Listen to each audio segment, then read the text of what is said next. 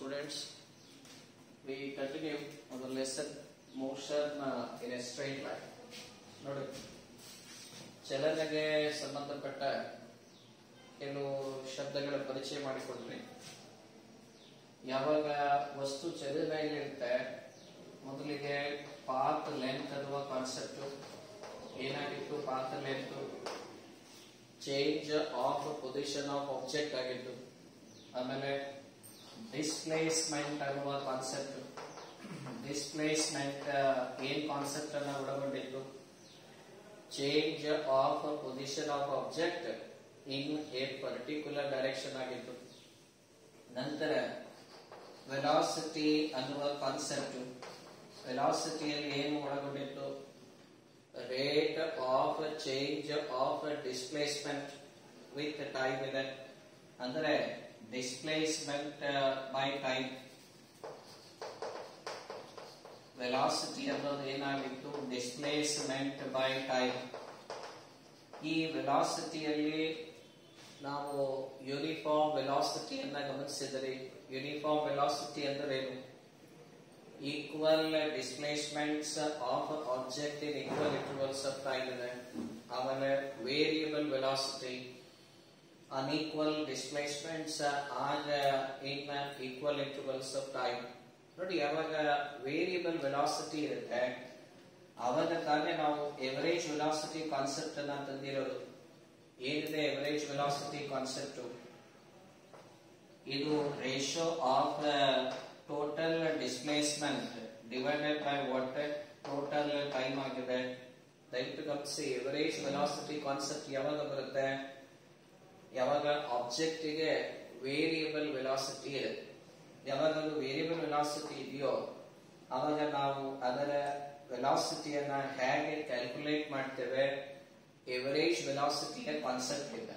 ಹಾಗಾದ್ರೆ average velocity ಏನಾಗಿದೆ, ratio ಆಗಿದೆ. Ratio of what, total displacement to the total time take. ಅದಾದ ನಂತರ ಇನ್ಸ್ಟಂಟೇನಿಯಸ್ ವೆಲಾಸಿಟಿ ಅನ್ನುವ ಪದ ಬಂದಿತ್ತು. ಏನಿದೆ instantaneous velocity? Velocity of object at given instant of time ಗೆ ಇನ್ಸ್ಟಂಟೇನಿಯಸ್ ವೆಲಾಸಿಟಿ ಅಥವಾ ಇನ್ಸ್ಟಂಟೇನಿಯಸ್ ಸ್ಪೀಡ್ ಕೂಡ ಇದೆ. ನೀವು ಬಳಸತಕ್ಕಂಥ ಟೂ ವೀಲರ್ಸ್ ಗಳ ಸ್ಪೀಡೋಮೀಟರ್ ಏನಿದೆ ಅಲ್ಲಿ ನೀವು ಗಾಡಿ ನಡೆಸುವಾಗ ಏನು ರೆಕಾರ್ಡ್ ಪಾಯಿಂಟರ್ ಏನು ಡಿಫ್ಲೆಕ್ಟ್ ಮಾಡಿ ವ್ಯಾಲ್ಯೂ ತೋರಿಸುತ್ತೆ, ಅದು ಬೇರೆ ಏನು ಆಗಿರದೆ ಇನ್ಸ್ಟಂಟೇನಿಯಸ್ ಸ್ಪೀಡ್ ಆಗಿರುತ್ತೆ. So speedometer reads what instantaneous speed ಇದೆ. ಸೊ ಹೀಗೆ ಒಂದು ಚಲನೆಗೆ ಸಂಬಂಧಪಟ್ಟ ಶಬ್ದಗಳ ಪರಿಚಯ ಮಾಡಿಕೊಡಿ. ಅದೇ ಚಲನೆಯ ಇನ್ನೂ ಕೆಲವು ಶಬ್ದಗಳ ಪರಿಚಯನ ಮುಂದುವರಿಸ. ಮುಂದಿನ ಕಾನ್ಸೆಪ್ಟ್ ಏನಿದೆ ಎಕ್ಸಲರೇಷನ್. ನೀವು ಇದನ್ನ ಹೈಸ್ಕೂಲ್ಗಳಲ್ಲಿ ವೇಗೋತ್ಕರ್ಷ ಅಂತ ಓದಿರ್ತೀರ. ಏನು ಮಾಹಿತಿಯನ್ನ ಎಕ್ಸಲರೇಷನ್ ಕೊಡೋದಿಲ್ಲ ನೀವು. ಎಕ್ಸಲರೇಷನ್ ಏನ್ ಹೇಳುತ್ತೆ, ಎಷ್ಟು ಫಾಸ್ಟ್ ಆಗಿ ವೆಲಾಸಿಟಿ ಚೇಂಜಸ್ ಗಳು ಉಂಟಾಗುತ್ತೆ ವಿತ್ ಟೈಮ್. ಸೊ ನೋಡಿ, how fast velocity changes are taking place in a given time ಅನ್ನೋದನ್ನ ಯಾರು ಮಾಹಿತಿ ಕೊಡ್ತಾರೆ, ಎಕ್ಸಲರೇಷನ್. ನೋಡಿ, ವೆಲಾಸಿಟಿ ಚೇಂಜಸ್ ಆಗ್ತಾ ಇದೆ, ಆದ್ರೆ ಯಾವ ಕಾಲಾವಧಿಯಲ್ಲಿ ವೆಲಾಸಿಟಿ ಚೇಂಜಸ್ ಗಳು ಉಂಟಾಗ್ತಾ ಇದೆ ಅನ್ನೋದನ್ನ ಗುರುತಿಸಿದ್ರೆ ಅದನ್ನೇ ನಾವು ಏನಂತ ಪದದಿಂದ ಸೂಚಿಸ್ತೇವೆ, ಎಕ್ಸಲರೇಷನ್. ಇದನ್ನೇ ಸ್ವಲ್ಪ ಡೆಫಿನೇಷನ್ ಅನ್ನ ಗಮನಿಸಿದ್ರೆ ನೋಡಿ ಏನಿದೆ, the ratio of change in velocity of object with time. ನೋಡಿ, ವೆಲಾಸಿಟಿಯ ಬದಲಾವಣೆ ವಿತ್ ಟೈಮ್ಗೆ ಏನಂತ ಹೆಸರು, ಎಕ್ಸಲರೇಷನ್. ಮತ್ತೊಮ್ಮೆ ಗಮನಿಸಿ, what is acceleration? It is the ratio of change in the velocity of an object with time. So change in velocity divided by what time taken is acceleration. ಹಾಗಾದ್ರೆ acceleration ನ unit ಏನಾಗಬಹುದು? Unit ನೋಡಿ, change in velocity ಅಂದ್ರೆ ತಿರ್ಗಾ ವೆಲಾಸಿಟಿನೇ ಆಗುತ್ತೆ. ಹಾಗಾಗಿ ವೆಲಾಸಿಟಿಯ ಯೂನಿಟ್ ಏನಿದೆ metre per second divided by time ಇದೆ. ಸೊ ಟೈಮ್ ಅನ್ನ ಮೇಲೆ ಒಯ್ಯಿರಿ. ಹಾಗಾಗಿ ಎಕ್ಸಲರೇಷನ್ ಯೂನಿಟ್ ಏನಾಗುತ್ತೆ, ಮೀಟರ್ ಪರ್ ಸೆಕೆಂಡ್ ಸ್ಕ್ವೇರ್ ಇದೆ. ಸರಿನಾ? ನೆಕ್ಸ್ಟ್ ನೋಡಿ, acceleration ಏನಾಗಿದೆ? acceleration is a vector quantity ಆಗಿದೆ. ಯಾಕಂದ್ರೆ ಇದಕ್ಕೆ ಎರಡು ಅಂಶಗಳಿವೆ, ಮ್ಯಾಗ್ನಿಟ್ಯೂಡ್ ಮತ್ತು direction. acceleration is a vector quantity ಇದೆ.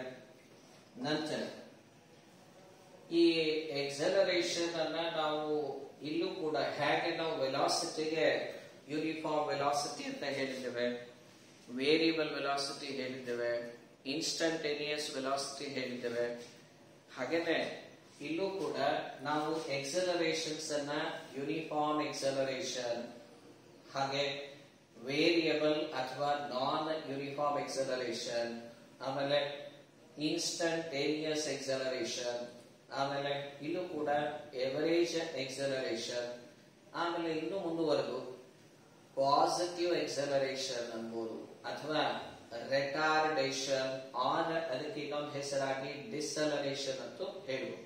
ಸೊ ಒಂದೊಂದಾಗಿ ಗಮನಿಸೋಣ. ಈಗ ಮೊದಲಿಗೆ ಎಕ್ಸಲರೇಷನ್ ಅನ್ನ ಮತ್ತೊಮ್ಮೆ ಗಮನಿಸಿ. ಎಕ್ಸಲರೇಷನ್ ಇಂದ ಏನು ಮಾಹಿತಿ ಸಿಗುತ್ತೆ? How fast velocity changes are taking place with the time. Acceleration ನಿಮಗೆ ಕೊಡುವ ಮಾಹಿತಿ ಏನು? ವೆಲಾಸಿಟಿಯ ಬದಲಾವಣೆಗಳು ಯಾವ ಕಾಲದ ಅವಧಿಯಲ್ಲಿ ಎಷ್ಟು ತೀವ್ರಗತಿಯಲ್ಲಿ ಆಗ್ತಾ ಇದೆ ಅನ್ನೋ ಮಾಹಿತಿಯನ್ನು ಯಾರು ಕೊಡ್ತಾರೆ? ಎಕ್ಸಲರೇಷನ್ ಅಂತ. ಸೊ ಇಲ್ಲಿ ಯೂನಿಫಾರ್ಮ್ ಎಕ್ಸಲರೇಷನ್ ಅನ್ನು ನೋಡೋಣ. ಯೂನಿಫಾರ್ಮ್ ಎಕ್ಸಲರೇಷನ್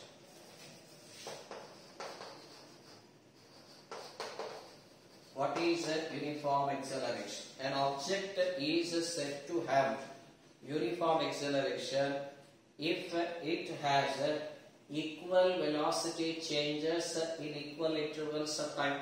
ಯಾವಾಗ ಅದರ ವೆಲಾಸಿಟಿ ಚೇಂಜಸ್ ಗಳು ಸಮ ಪ್ರಮಾಣದಲ್ಲಿ ಒಂದು ಸೀಮಿತ ಕಾಲಾವಧಿಯಲ್ಲಿ ಆದ್ರೆ ಅವಾಗ ಹೇಳ್ತೀವಿ ಯೂನಿಫಾರ್ಮ್ ಎಕ್ಸಲರೇಷನ್. ನೋಡಿ, acceleration of an object. Acceleration of an object is said to be uniform. If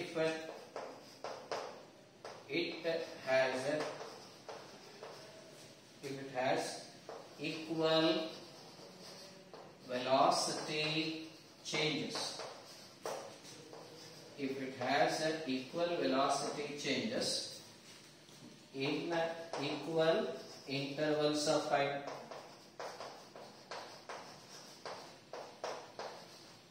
ನೋಡಿ, ಗಮನಿಸಿ. ಯೂನಿಫಾರ್ಮ್ ಎಕ್ಸಲರೇಷನ್ ಯಾವ ಕಂಡೀಷನ್ ಅಲ್ಲಿ ಎಕ್ಸಲರೇಷನ್ ಆಫ್ ಪಾರ್ಟಿಕಲ್ ಅಥವಾ ಆಬ್ಜೆಕ್ಟ್ ಯೂನಿಫಾರ್ಮ್ ಆಗುತ್ತೆ? ಯಾವಾಗ ಅದು ಯಾವ ಮೋಷನ್ ಅನ್ನ ಡಿಸ್ಕ್ರೈಬ್ ಮಾಡಿರುತ್ತೆ. ಯಾವ ಮೋಷನ್ ಡಿಸ್ಕ್ರೈಬ್ ಮಾಡಿರುತ್ತಂದ್ರೆ ಅಲ್ಲಿ ಆಗಿರುವ ವೆಲಾಸಿಟಿ ಚೇಂಜಸ್ ಈಕ್ವಲ್ ಇರುತ್ತೆ, ಆಮೇಲೆ ತೆಗೆದುಕೊಂಡಿರುವ ಸಮಯ ಕೂಡ ಈಕ್ವಲ್ ಇರುತ್ತೆ.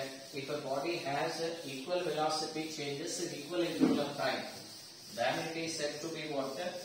Uniform acceleration. ಹಾಗಾದ್ರೆ ನಾನ್ ಯೂನಿಫಾರ್ಮ್ ಎಕ್ಸಲರೇಷನ್ ಯಾವುದು ಅಂತೀಯ? ನೋಡಿ, ನಾನ್ ಯೂನಿಫಾರ್ಮ್ ಅಥವಾ ಇನ್ನೊಂದು ಹೆಸರಿದೆ ವೇರಿಯಬಲ್ ಎಕ್ಸಲರೇಷನ್. ನೋಡಿ, ಹೆಸರಲ್ಲೇ ಅದರ ಅರ್ಥ ಅಡಗಿದೆ. ನಾನ್ ಯೂನಿಫಾರ್ಮ್ ಆದ್ರೆ ವೇರಿಯಬಲ್ ಎಕ್ಸಲರೇಷನ್ ಏನಂತ ಹೇಳ್ಬೋದು? An object is said to have a variable acceleration if it has unequal velocity changes in equal interval of time. ನೋಡಿ, an object is said to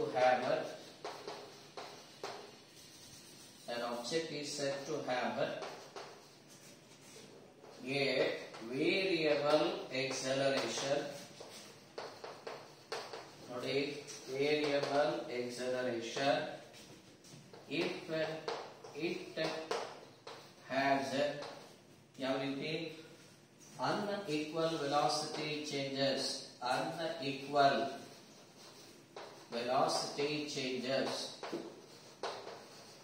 Unequal velocity changes ಸ್ವಲ್ಪ ಬರಿತಾ ವಿಡಿಯೋನ ಗಮನಿಸಿದ್ರೆ ಇನ್ನೂ ಒಳ್ಳೆಯದು.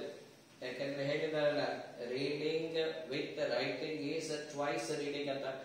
ದಯವಿಟ್ಟು ಒಂದು ಸಪರೇಟ್ ಆದ ನೋಟ್ಸ್ ಅನ್ನ ಮೇಂಟೈನ್ ಮಾಡ್ತಾ ಇಲ್ಲಿ ನಮೂದಿಸಿರುವ ಮಾತುಗಳನ್ನ ಸ್ವಲ್ಪ ನೀವು ಕೂಡ ಬರವಣಿಗೆಯನ್ನ ರೂಢಿಸಿಕೊಳ್ಳಿ.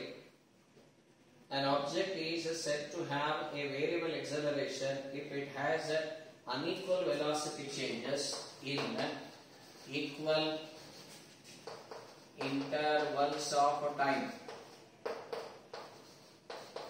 ನೋಡಿ, ಇದು ವೇರಿಯಬಲ್ ಎಕ್ಸಲರೇಷನ್ ಕಾನ್ಸೆಪ್ಟ್. ಯಾವಾಗದು ವೇರಿಯಬಲ್ ಎಕ್ಸಲರೇಷನ್ ಇದೆ ಅಂದ್ರೆ ಪ್ರತಿ ಹಂತದಲ್ಲಿ ವೆಲಾಸಿಟಿ ಚೇಂಜಸ್ ಗಳು ಸಮನಾಗಿರುವುದು. ಆ ಸಂದರ್ಭದಲ್ಲಿ ನಾವು ಎಕ್ಸಲರೇಷನ್ ಅನ್ನ ಕಂಡುಹಿಡಿದಿ ಅಂದ್ರೆ ಯಾವ ಕಾನ್ಸೆಪ್ಟ್ ಮಾಡಬೇಕಾಗುತ್ತೆ ಅಂದ್ರೆ ಎವರೇಜ್ ಎಕ್ಸಲರೇಷನ್. ಯಾಕಂದ್ರೆ ಪ್ರತಿ ಹಂತದಲ್ಲಿ ಬೇರೆ ಬೇರೆ. ಈಗ ಉದಾಹರಣೆಗೆ ನೀವು 6 ಸಬ್ಜೆಕ್ಟ್ ನಲ್ಲಿ ಎಲ್ಲಾ ಸಬ್ಜೆಕ್ಟ್ ನಲ್ಲಿ ಒಂದೇ ಪ್ರಕಾರದ ಮಾರ್ಕ್ಸ್ ಗಳು ನಿಮಗೆ ಬಂದಿರೋದಿಲ್ಲ. ಅವಾಗ ಏನ್ ಹೇಳ್ತೀರಾ? ಪರ್ಸೆಂಟೇಜ್ ಮಾರ್ಕ್ಸ್ ಹೇಳೋದಿಲ್ವೋ? ಹಾಗೇನೆ ಇಲ್ಲೂ ಕೂಡ ವೆಲಾಸಿಟಿ ಚೇಂಜಸ್ ಗಳು ಬೇರೆ ಬೇರೆ ಇದ್ದಾಗ ನಾವು ಎಕ್ಸಲರೇಷನ್ ಅನ್ನ ಕಂಡುಹಿಡಿಬೇಕಾಗಿ ಬಂದಾಗ ಯಾವ ಕಾನ್ಸೆಪ್ಟ್ ಆಫ್ ಎಕ್ಸಲರೇಷನ್ ಬಳಸ್ತೇವೆ? ಎವರೇಜ್ ಎಕ್ಸಲರೇಷನ್ ಅನ್ನ ಬಳಸ್ತೇವೆ. ನೋಡಿ, ಎವರೇಜ್ ಬಂದಿರೋದೇ ವೇರಿಯಬಲ್ ಎಕ್ಸಲರೇಷನ್ ಇದ್ದಾಗ. ಯೂನಿಫಾರ್ಮ್ ಎಕ್ಸಲರೇಷನ್ ಇದ್ದಾಗ ಪ್ರಶ್ನೆನೇ ಬರುವುದಿಲ್ಲ. ನೀವು ಎಲ್ಲಾ ಸಬ್ಜೆಕ್ಟ್ ನಲ್ಲಿ 100 ತಗೊಂಡಾಗ ನನ್ನ ಪರ್ಸೆಂಟೇಜ್ ಎಷ್ಟು ಅಂತ ಕೇಳುವ ಅರ್ಥನೇ ಇಲ್ಲ. ಎಲ್ಲಾ ಸಬ್ಜೆಕ್ಟ್ 100 ಬಂದಾಗ ಪರ್ಸೆಂಟೇಜ್ 100 ಆಗ. ಬೇರೆ ಬೇರೆ ಮಾರ್ಕ್ಸ್ ಬಂದಾಗ ತಾನೇ ನೀವು ಎವರೇಜ್ ಕಾನ್ಸೆಪ್ಟ್ ಹೇಳೋದು. ಸೊ ಸದ್ಯ ನೀವು ಎವರೇಜ್ ಕಾನ್ಸೆಪ್ಟೇ ಹೇಳ್ತೀರಲ್ಲ, ಯೂನಿಫಾರ್ಮ್ ಕಾನ್ಸೆಪ್ಟ್ ಇಲ್ಲೇ ಇದೆ. ಎವರೇಜ್ ಎಕ್ಸಲರೇಷನ್ ಯಾವಾಗ ಎವರೇಜ್ ಎಕ್ಸಲರೇಷನ್ ಕಾನ್ಸೆಪ್ಟ್ ಬರುತ್ತೆ? If an object has a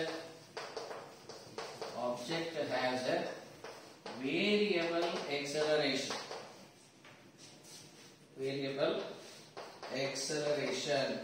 ಅವಾಗ ಏನ್ ಮಾಡ್ತೀವಿ? then average acceleration, ನೋಡಿ ಏನಿದೆ? average acceleration is the ratio ಇದೆ. ಆ ರೇಷಿಯೋ ಏನೇನಿದೆ?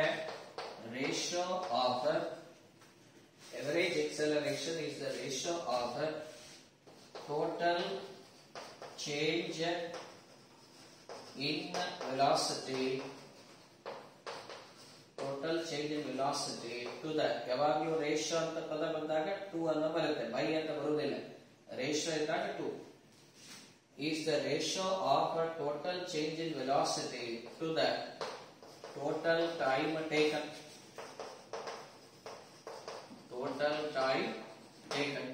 ಸೊ ಇದನ್ನೇ ಸಿಂಬಾಲ್ ನಲ್ಲಿ ಬರೆಯೋದಾದ್ರೆ average acceleration is equal to ಏನಿದೆ? Total change in velocity. ಯಾವುದಾದ್ರೂ ಒಂದು ಡ್ಯೂರೇಷನ್ ಆಫ್ ಟೈಮ್ಗೆ ನಾವು ಎವರೇಜ್ ವೆಲಾಸಿಟಿ ಹೇಳೋದಿದೆ ಅಂತ ಭಾವಿಸೋಣ. ಈಗ ಡ್ಯೂರೇಷನ್ ಅಂದ್ರೆ 2 velocity v1 v2 for time t1 t2 ಅಂತ ಪರಿಗಣಿಸಿದರೆ ಎವರೇಜ್ ವೆಲಾಸಿಟಿ ಕಾನ್ಸೆಪ್ಟ್ ಏನಾಗುತ್ತೆ? v2 minus v1 divided by what? t2 minus t. So ಹೀಗೆ ಎವರೇಜ್ ಎಕ್ಸಲರೇಷನ್ ಅನ್ನ ನಾವು ಹೇಳಬಹುದು. ಆದ್ರೆ ಒಂದು ಎಚ್ಚರಿಕೆ ಇಟ್ಕೊಳ್ಳಿ, ಎವರೇಜ್ ಎಕ್ಸಲರೇಷನ್ ಕಾನ್ಸೆಪ್ಟ್ ಗಮನಕ್ಕೆ ಯಾವಾಗ ಬರುತ್ತೆ? ಯಾವಾಗ ಎಕ್ಸಲರೇಷನ್ ಯಾವ ಸ್ಥಿತಿಯಲ್ಲಿದೆ? Variable acceleration. ನೆಕ್ಸ್ಟ್ ನೋಡಿ, ಸೊ ಯಾವಾಗ ಎಕ್ಸಲರೇಷನ್ ವೇರಿಯಬಲ್ ಇದೆಯೋ ಅವಾಗ ಒಂದು ಗಿವನ್ ಇನ್ಸ್ಟಂಟ್ ಅಥವಾ ಗಿವನ್ ಟೈಮ್ ನಲ್ಲಿ ಏನಾದ್ರೂ ಎಕ್ಸಲರೇಷನ್ ಕಂಡುಹಿಡಿದಿ ಅಂದ್ರೆ ನಾವು ಮ್ಯಾಥಮೆಟಿಕ್ಸ್ ಇನ ಡಿಫರೆನ್ಸಿಯೇಷನ್ ಟರ್ಮ್ ಅನ್ನು ಬಳಸಬೇಕಾಗುತ್ತೆ. ಅವಾಗ ದೊರೆತಕ್ಕಂಥ ಎಕ್ಸಲರೇಷನ್ಗೆ ಏನಂತ ಹೆಸರು? ಇನ್ಸ್ಟಂಟೇನಿಯಸ್ ಎಕ್ಸಲರೇಷನ್ ಅಂತ. ಏನಿದು ಇನ್ಸ್ಟಂಟೇನಿಯಸ್ ಎಕ್ಸಲರೇಷನ್? ಒಂದು ನಿಗದಿತ ಸಮಯದಲ್ಲಿ ಎಕ್ಸಲರೇಷನ್ ಅನ್ನ ನಿರ್ಧರಿಸಿದ್ರೆ ಅದನ್ನೇ ನಾವು ಇನ್ಸ್ಟಂಟೇನಿಯಸ್ ಎಕ್ಸಲರೇಷನ್ ಅಂತ. ನೋಡಿ, ಇಟ್ ಈಸ್ ದ ಎಕ್ಸಲರೇಷನ್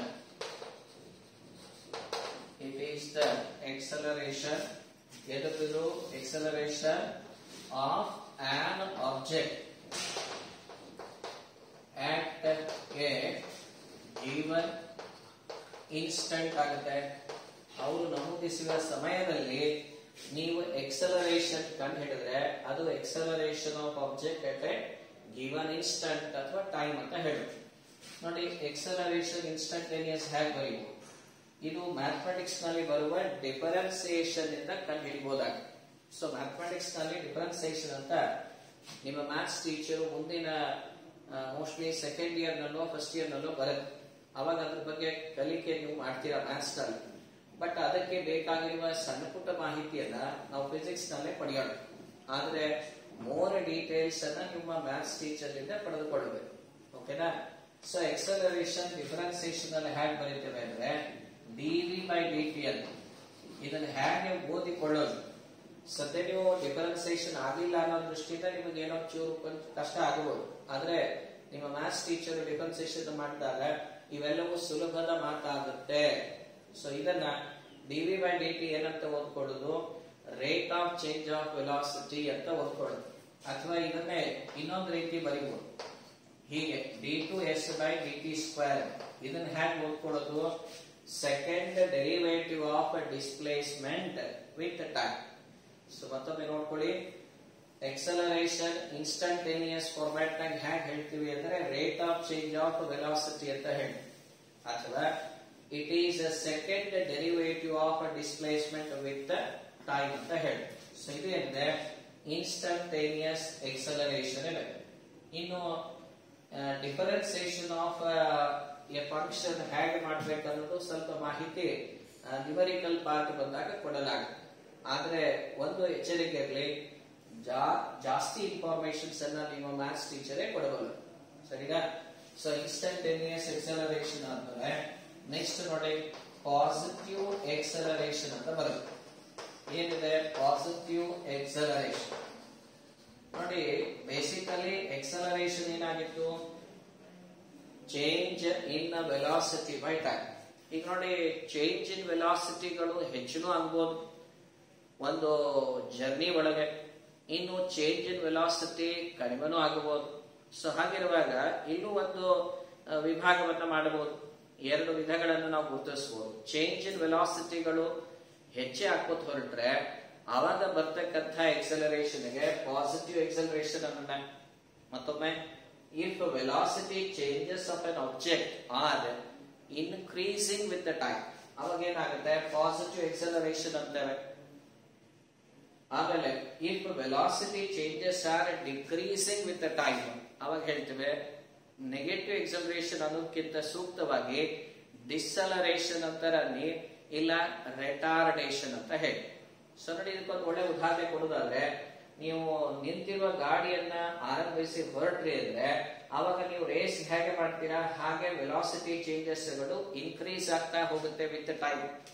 ನಿಮ್ಮ ಗಾಡಿ ಮುಂದೆ ರೆಸ್ಟ್ ನಿಂದ ಚಲನೆಗೆ ಹೋದಾಗ ಪಾಸಿಟಿವ್ ಎಕ್ಸಲರೇಷನ್ಸ್ ನಲ್ಲಿ ಇದೆ ಅಂತ ಹೇಳ್ಬೋದು.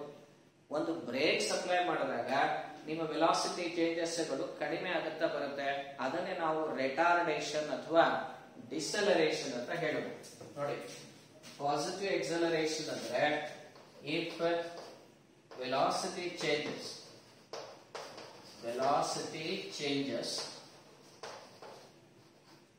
Of an object, velocity changes of an object, if velocity changes of an object are increasing. ನೋಡಿ ಹೆಚ್ಚಾಗ್ತಾ ಇದೆ, ಗಾಡಿ ಶುರು ಮಾಡಿ ರೇಸ್ ಮಾಡ್ತಾ ಹೊರಡಿ, ನೀವು ಯಾವ ಎಕ್ಸಲರೇಷನ್ ಮೋಡ್ ನಲ್ಲಿ ಇದ್ದೀರಾ ಅಂದ್ರೆ positive acceleration. If velocity changes of an object are increasing with time, then ಅವಾಗ ಏನ್ ಹೇಳ್ತೇವೆ, then it is called positive acceleration.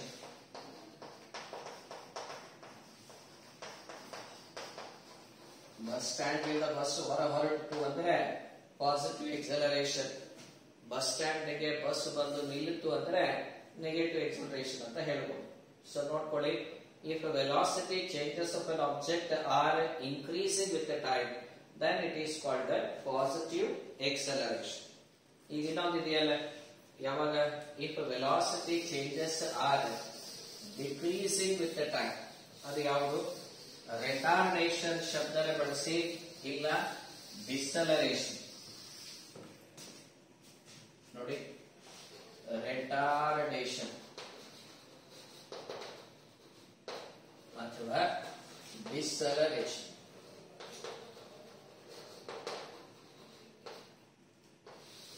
ನೋಡಿ, ಚಲನೆಯನ್ನ ಹೇಗೆ ನಾವು ಅನಲೈಸ್ ಮಾಡ್ತಾ ಹೊರಟಿದ್ದೀವಿ. ಡಿಸೆಲರೇಷನ್ ಏನಿದೆ, ಇಫ್ ವೆಲಾಸಿಟಿ ಚೇಂಜಸ್ ನೋಡಿ, ಮೂಲ ಅಂಶ ಏನಿದೆ ಎಕ್ಸಲರೇಷನ್ ಅಲ್ಲಿ, ವೆಲಾಸಿಟಿ ಚೇಂಜಸ್ ಮೇನ್ ಇದೆ ನೋಡಿ. If velocity changes of an object are decreasing, ನೋಡಿ ಡಿಕ್ರೀಸ್ ಆಗ್ತಾ ಇದೆ, ಡಿಕ್ರೀಸಿಂಗ್ ವಿತ್ ಟೈಮ್. ಯಾಕಂದ್ರೆ ಯಾವುದೇ ಬದಲಾವಣೆಗೆ ಸಮಯದ ನಿರ್ಧಾರ ಇದೆ. Velocity changes of an object are decreasing with the time, then it is said to have a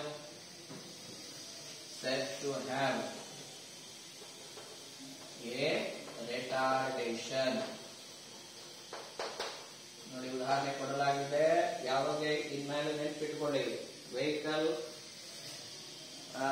rest ನಿಂದ ಚಲನೆಗೆ ಹೊರಟು ಅಂದರೆ ಪಾಸಿಟಿವ್ ಎಕ್ಸಲರೇಷನ್, ಬ್ರೇಕ್ ಸಪ್ಲೈ ಮಾಡಿದ್ದೀವಿ ಅಂದರೆ retardation. So velocity changes of an object are decreasing with the time, then it is said to have what? Retardation. So ಹೀಗೆ acceleration concept ಗಳನ್ನ ನೀವು ಗಮನಿಸ್ತಾ ಇದ್ದೀರಾ. ಸೊ ಒಂದ್ಸತಿ ರಿವ್ಯಾಪ್ ಮಾಡ್ಕೊಳ್ಳಿ. when the object is said to have an acceleration if it has a velocity changes with the time. When it is said to have a positive acceleration, when velocity changes of an object are increasing with the time. When the object is said to have a retardation if velocity changes are decreasing with the time. When you are supposed to find the average acceleration for an object describing motion, so logically when that object has a what type of motion? A motion with variable acceleration. So whenever we have a variable acceleration, what is the idea we apply to find acceleration? Average acceleration. Just see how the motion pattern is and how the relevant concepts to be applied. ಇದು ಬಹಳ ಮುಖ್ಯ. ಆ ಚಲನೆಯ ವಿವಿಧ ಬದಲಾವಣೆಗಳನ್ನ ಗಮನಿಸಿ ಅದಕ್ಕೆ ಪೂರಕವಾದ ಶಬ್ದಗಳನ್ನ scientist ಹೇಳಿದ್ದಾರೆ. ನೀವು ಈ ಲೆಸನ್ನಿನ ಪ್ರಾಬ್ಲಮ್ಸ್ ಮಾಡುವಾಗ ಇದೇ ಅಂಶವನ್ನು ನೀವು ಗಮನಿಸಬೇಕು. ಅಲ್ಲಿ ಕೊಟ್ಟಿರುವ ಚಲನೆಯ ವೈಶಿಷ್ಟ್ಯ ಏನಿದೆ ನೋಡಬೇಕು. ಅವಾಗ ಅದಕ್ಕೆ ಸಂಬಂಧಪಟ್ಟ ಫಾರ್ಮುಲಾಗಳು ತಾನಾಗೆ ನಿಮಗೆ ಹೊಡೆಯುತ್ತೆ. ಸರಿನಾ? ಈಗ ಇನ್ನೊಂದು ಇಂಪಾರ್ಟೆಂಟ್ ಕಾನ್ಸೆಪ್ಟ್ ನೋಡಿ. ಸೊ ಒಂದು 4 ಪ್ರಶ್ನೆಗಳನ್ನ ನಾವಿಲ್ಲಿ ಚರ್ಚಿಸೋಣ. ಏನು 4 ಪ್ರಶ್ನೆ? ವೆಲಾಸಿಟಿ ಕಾನ್ಸೆಪ್ಟ್ ತಿಳಿದಾಗಿದೆ, ಜೊತೆಗೆ ಎಕ್ಸಲರೇಷನ್ ಕಾನ್ಸೆಪ್ಟ್ ಕೂಡ ನಿಮ್ಮ ಗಮನಕ್ಕೆ ಬಂದಿದೆ. ಈ ವೆಲಾಸಿಟಿ ಕಾನ್ಸೆಪ್ಟ್ ಏನಾಗಿತ್ತು? Change of displacement with time ಆಗಿತ್ತು. ಎಕ್ಸಲರೇಷನ್ ಕಾನ್ಸೆಪ್ಟ್ ಏನಾಗಿತ್ತು? Change of velocity with time. ಈಗ ಇವೆರಡಕ್ಕೂ ಸಂಬಂಧಪಟ್ಟ ಕೆಲವು ಶಬ್ದ ಕ್ವಶನ್ಸ್ ಅದ ನೋಡೋಣ. ಈಗ ನೋಡಿ, can A body have zero acceleration? ನೋಡಿ, ಇವು ಸ್ವಲ್ಪ ಗಮನದಲ್ಲಿ. Can A body have a zero acceleration with non zero velocity ಅಂತ ಪ್ರಶ್ನೆ ಮಾಡಿ. ಒಂದು ಆಬ್ಜೆಕ್ಟ್ ಚಲನೆಯಲ್ಲಿದ್ದಾಗ ಎಕ್ಸಲರೇಷನ್ 0 ಇರಬೇಕು, ಆದ್ರೆ ವಸ್ತು ಚಲಿಸ್ತಾನೆ ಇರಬೇಕು. ಹಾಗಾಗ್ಲಿಕ್ಕೆ ಸಾಧ್ಯ ಇದೆಯಾ? ಇದೆ ಅಲ್ಲ. ಯೂನಿಫಾರ್ಮ್ ವೆಲಾಸಿಟಿ ಅಂತ ತಗೊಳ್ಳಿ. ನೀವು ವೆಲಾಸಿಟಿಯನ್ನ ಬದಲಾಯಿಸದೇ ಇದ್ರೆ ಅವಾಗ ಎಕ್ಸಲರೇಷನ್ ಏನಾಗುತ್ತೆ? 0 ಆಗುತ್ತೆ. ಯಾಕಂದ್ರೆ ಎಕ್ಸಲರೇಷನ್ ಬರುವುದು ಯಾವಾಗ? ವೆಲಾಸಿಟಿ ಚೇಂಜಸ್ ಇದ್ರೆ ಮಾತ್ರ. So when A body describing the uniform motion, what is acceleration? It is 0. ನೋಡಿ, ಇನ್ನೊಂದು ಪ್ರಶ್ನೆ ಬರುತ್ತೆ. ಎಕ್ಸಲರೇಷನ್ ನಾನ್ ಝೀರೋ ಇತ್ತು, ವೆಲಾಸಿಟಿ 0 ಇರ್ಬೋದಾ? ಇದು ಕೂಡ ಸಾಧ್ಯ ಇದೆ. ನೋಡಿ, ಒಂದು ಆಬ್ಜೆಕ್ಟ್ ಅನ್ನ ನೀವು ಮೇಲೆ ಗ್ರೌಂಡ್ ಇಂದ ಆಬ್ಜೆಕ್ಟ್ ಮೇಲೆ ಥ್ರೋ ಮಾಡಿ, ಯಾವಾಗ ಅದು ಹೈಯೆಸ್ಟ್ ಮ್ಯಾಕ್ಸಿಮಮ್ ಪಾಯಿಂಟ್ ಹೋಗುತ್ತೆ ಆವಾಗ ಅದರ ಫೈನಲ್ ವೆಲಾಸಿಟಿ 0 ಆಗಿರುತ್ತೆ. ಆದ್ರೆ ನಿಮ್ಗೆಲ್ಲ ಗೊತ್ತಿರುವ ಹಾಗೆ ಎಕ್ಸಲರೇಷನ್ ಡ್ಯೂ ಟು ಗ್ರಾವಿಟಿ ಅಲ್ಲಿ ಇನ್ನೂ ಇದೆ. ಸೊ ಹಾಗಾಗಿ at the highest point when the particle is projected vertically upward, what is the zero? Velocity zero, but acceleration ಏನಿದೆ still it is acting ಅಥವಾ non zero. ಈಗ ಇನ್ನೊಂದಿದೆ, can a body have acceleration and velocity in the same direction? ಎರಡು ಒಂದೇ direction ಅಲ್ಲಿ ಇರಬಹುದಾ? ಯಾಕೆಂದ್ರೆ velocity ಆಗಲಿ acceleration ಆಗಲಿ ಎರಡು ವೆಕ್ಟರ್ ಕ್ವಾಂಟಿಟೀಸ್ ಅಂದಮೇಲೆ ಅವುಗಳಿಗೆ ಡೈರೆಕ್ಷನ್ ಇರಬೇಕು ತಾನೆ. ಯಾವ್ದಾದ್ರು ಸಂದರ್ಭ ಇದೆಯಾ ಅಲ್ಲಿ ವೆಲಾಸಿಟಿ ಮತ್ತು ಎಕ್ಸಲರೇಷನ್ ಒಂದೇ ಡೈರೆಕ್ಷನ್ ನಲ್ಲಿ ಇರಬೇಕು? ಇದೆಯಲ್ಲ. ಯಾವಾಗ ಒಂದು ಆಬ್ಜೆಕ್ಟ್ ಮೇಲ್ಗಡೆಯಿಂದ ಕೆಳಗಡೆ ಬೀಳ್ತಾ ಇದೆ ನೋಡಿ, ಅದನ್ನೇ ನಾವು ಫ್ರೀಲಿ ಫಾಲಿಂಗ್ ಬಾಡಿ ಅಂತ ಹೇಳಿ. ಡೈರೆಕ್ಷನ್ ಆಫ್ ವೆಲಾಸಿಟಿ ಏನಿದೆ ಫ್ರೀಲಿ ಫಾಲಿಂಗ್ ಬಾಡಿಗೆ ಡೌನ್ವರ್ಡ್ ಇದೆ. ಇನ್ನು direction of acceleration due to gravity ಏನಿದೆ ಡೌನ್ವರ್ಡ್ ಇದೆ. ಸೊ ಹಾಗಾಗಿ ಒಂದು ಪಾರ್ಟಿಕಲ್ ಗೆ ಎಕ್ಸಲರೇಷನ್ ವೆಲಾಸಿಟಿ ಸೇಮ್ ಡೈರೆಕ್ಷನ್ ಇರಬಹುದು, ಆದ್ರೆ ಸಂದರ್ಭ ಮಾತ್ರ ಗಮನದಲ್ಲಿ ಎಕ್ಸಾಂಪಲ್. ಮತ್ತು ಇನ್ನೊಂದಿದೆ, can a body have acceleration and velocity in opposite direction? ಎರಡು ಒಂದಕ್ಕೊಂದು ತದ್ವಿರುದ್ಧ ಇರಬಹುದಾ? ಇರಬಹುದು. ಹೇಗೆ? ಒಂದು ಆಬ್ಜೆಕ್ಟ್ ಅನ್ನ ಮೇಲ್ಮುಖವಾಗಿ ಪ್ರೊಜೆಕ್ಟ್ ಮಾಡಿ, ನೀವು ಮೇಲ್ಮುಖವಾಗಿ ಪ್ರೊಜೆಕ್ಟ್ ಮಾಡಿದಾಗ ನಿಮ್ಮ ವೆಲಾಸಿಟಿ ಆಫ್ ಪ್ರೊಜೆಕ್ಷನ್ ಅಪ್ವರ್ಡ್ ಇದೆ, ಆದ್ರೆ ಎಕ್ಸಲರೇಷನ್ ಡ್ಯೂ ಟು ಗ್ರಾವಿಟಿ ಏನಿದೆ ಡೌನ್ವರ್ಡ್ ಇದೆ. ನೋಡಿ, ಒಂದಕ್ಕೊಂದು ವಿರುದ್ಧದ. ಸೊ 4 ಪ್ರಶ್ನೆಗಳಿಗೆ ಮತ್ತೊಮ್ಮೆ ಉತ್ತರಗಳನ್ನ ಹಾಗೂ ಪ್ರಶ್ನೆಗಳನ್ನ ತಿರುಗಿ ಗಮನಿಸಿ. ಏನಿದೆ? Can A body have zero acceleration, non-zero velocity? Answer is yes. ಹೇಗೆ? when a body moving with the uniform velocity. What is the acceleration of a body? Describing uniform velocity ಅಂದ್ರೆ zero. ನೋಡಿ, ಇವುಗಳನ್ನ ಸ್ವಲ್ಪ ಮತ್ತೆ ಗಮನಿಸಿ. What is the acceleration of a body moving with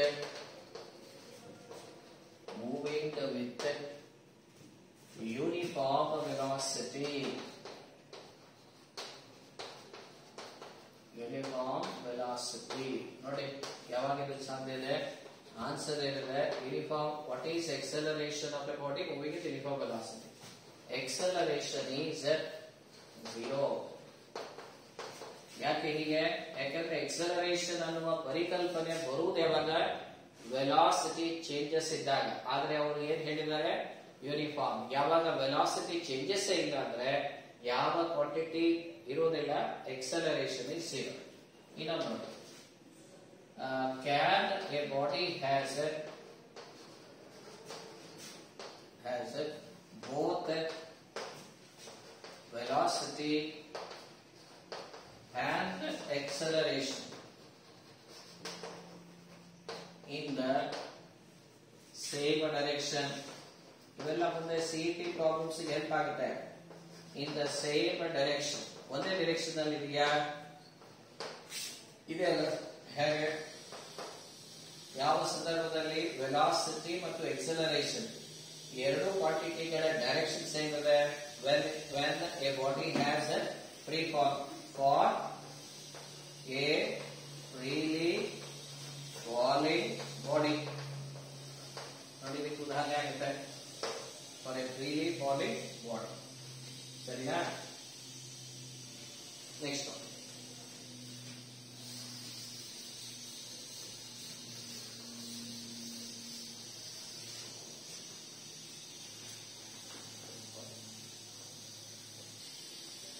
Can a body have a non-zero acceleration with zero velocity?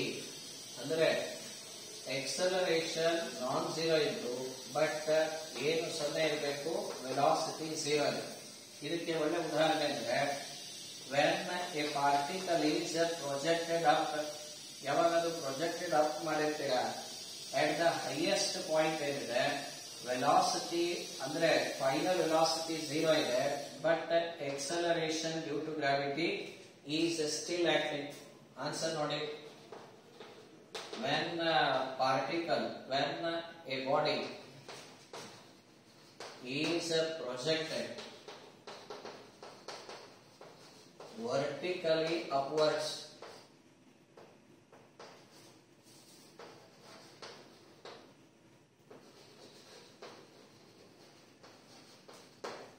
when a body is projected vertically upwards upwards at the highest point ನಲ್ಲಿ ಇದ್ರೆ final velocity 0 ಇದೆ, but ಯಾವುದು 0 ಇಲ್ಲ, acceleration due to gravity. ಯಾವಾಗಲೂ acceleration due to gravity ಆ ಒಂದು certain height ನಲ್ಲಿ act ಆಗ್ತಾ ಇರುತ್ತೆ. ನೋಡಿ question, can A body have a non zero acceleration with zero velocity? ನೋಡಿ ಇನ್ನೊಂದು ಪ್ರಶ್ನೆ, can A body have acceleration and velocity in opposite direction? ಆಗಲಿಕ್ಕೆ ಸಾಧ್ಯ ಇದೆಯಾ? ಕ್ಯಾನ್ ಎ ಬಾಡಿ ಹ್ಯಾವ್ ಅಥವಾ has, can A body has acceleration and the velocity in opposite direction? ಒಂದಕ್ಕೊಂದು ತದ್ವಿರುದ್ಧವಾಗಲಿಕ್ಕೆ ಸಾಧ್ಯ ಇದೆಯಾ? ಇದೆಯಲ್ಲ. ಯಾವಾಗ? when a body is projected upward. ನೋಡಿ ಇದು upward project ಮಾಡಿದಾಗ velocity of projection upward ಇದೆ, ಆದರೆ acceleration due to gravity ಏನಿದೆ downward. ಆನ್ಸರ್ ನೋಡ್ಕೊಳ್ಳಿ. For A projected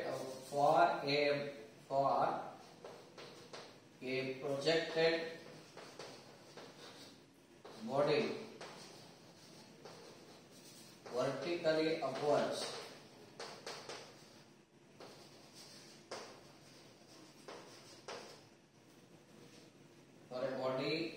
for a projected body vertically upwards, velocity is upward. ನೋಡಿ, ಆದ್ರೆ acceleration ಅನ್ಕೊಳ್ಳಿ ಅಥವಾ acceleration due to gravity ಅನ್ಕೊಳ್ಳಿ.